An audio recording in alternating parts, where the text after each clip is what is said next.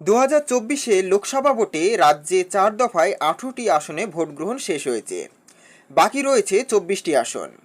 মাঝপথে এই পরিস্থিতিতে জনমত সমীক্ষায় কে থাকছে এগিয়ে, বিস্তারিত তথ্য পুঙ্খানুপুঙ্খ বিশ্লেষণ আপনাদের সামনে তুলে ধরব।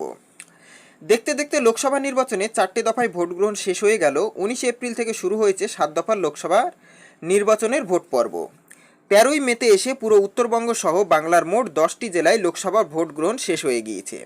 রাজ্যের 42টির মধ্যে 18টি লোকসভায় ভোট গ্রহণ সম্পূর্ণ হয়েছে। বাংলায় বাকি 3টি দফায় 24টি লোকসভার আসনে ভোট গ্রহণ হবে। দার্জিলিং, বালুরঘাট থেকে বীরভূম, বর্ধমানে কিন্তু ভোট মোটের ওপর শান্তিতেই মিটেছে বললেও কয়েকটি জায়গায় কিন্তু যথেষ্ট গোলমালও দেখা গিয়েছে।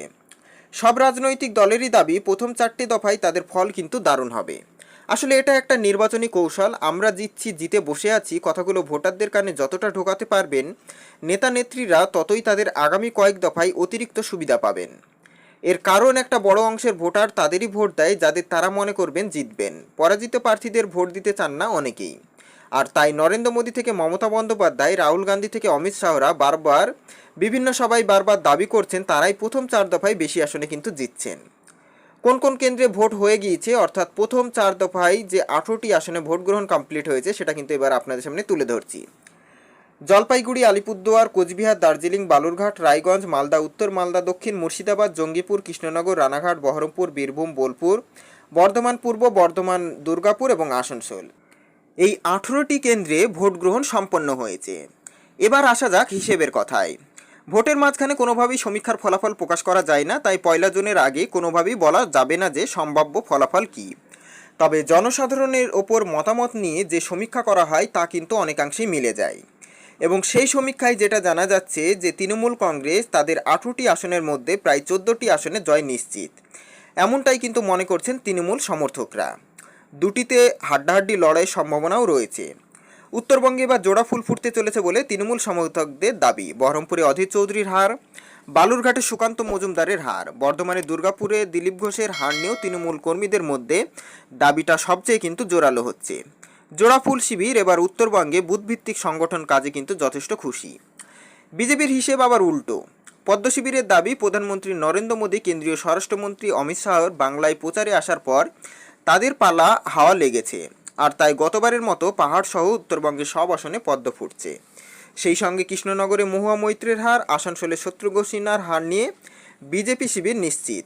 বিজেপির হিসেব প্রথম 3 দফায় তাদের ঘরে অন্তত 11 থেকে 12টি আসন জুটছে 18টি সিটের মধ্যে। আগামী 3 দফায় গতবারের জেতা আসনগুলির পাশাপাশি অপ্রত্যাশিতভাবে আরও বেশি কিছু কেন্দ্রে কিন্তু পদ্ম ফুটছে। এই আশায় বুক বাঁধছেন কিন্তু রাজ্যের মোদী ভক্তরা। এদিকে কংগ্রেস শিবির নিশ্চিত, বহরমপুরে আবারও অধীর ম্যাজিকই চলবে। পাশাপাশি মালদার 2টি আসনে এবার জয় আসবে বলে দাবি করছেন কংগ্রেস কর্মীরা। রায়গঞ্জে ভিক্টরের অঘটন নিয়ে আশাবাদী হাত শিবির। সিপিএম সমর্থকরা বলছেন মুর্শিদাবাদে মোহাম্মদ সেলিম বাজিমাত করে ফেলেছেন। তো সব মিলিয়ে মোটের ওপর আমরা যে জনমত সমীক্ষায় জানা যাচ্ছে সেখান থেকে যেটা জানা যাচ্ছে যে তৃণমূল কংগ্রেস 10 থেকে 12টি আসন এবং বিজেপি 6 থেকে 8টি আসন এবং বাম কংগ্রেস জোট 1টি আসনে কিন্তু এগিয়ে থাকতে পারে টোটাল 18টি সিটের মধ্যে। চতুর্থ দফার ভোটের যা পরিস্থিতি সেটা কিন্তু আর বাস্তবে বলা খুবই মুশকিল, কারণ যেভাবে ছাপ্পা, বুথ রিগিং, বুথ জ্যাম, পাশাপাশি বিজেপির কোনো প্রতিবাদ না দেখা, সব কিছুর ওপর মোটমাট যে বিষয়টা লক্ষ্য করা যাচ্ছে সেক্ষেত্রে কিন্তু চতুর্থ দফায় 8টি আসনের মধ্যে 7টি আসনেই কিন্তু মূলত বিজেপি কিন্তু পিছিয়ে থাকছে এবং তৃণমূল কংগ্রেস 7টি আসনে এগিয়ে থাকছে। সেটা কিন্তু আর বলার অপেক্ষা রাখে না। বাকি বিস্তারিত এই নিয়ে পরবর্তী ভিডিওতে কিন্তু আপনাদের সামনে আলোচনা করব। আজকে সমীক্ষার মূল যে বিষয়বস্তু ছিল সেটা আপনাদের সামনে তুলে ধরলাম। কে কটি সিট পেতে পারে সেটাও কিন্তু বিস্তারিত আলোচনা করলাম। ভিডিওটা ভালো লেগে থাকলে সকলের মাধ্যমে শেয়ার করে দেখার সুযোগ করে দেবেন এবং আমাদের চ্যানেলে কেউ নতুন হয়ে থাকলে চ্যানেলটিকে সাবস্ক্রাইব করে পাশে থাকবেন। So thanks for watching.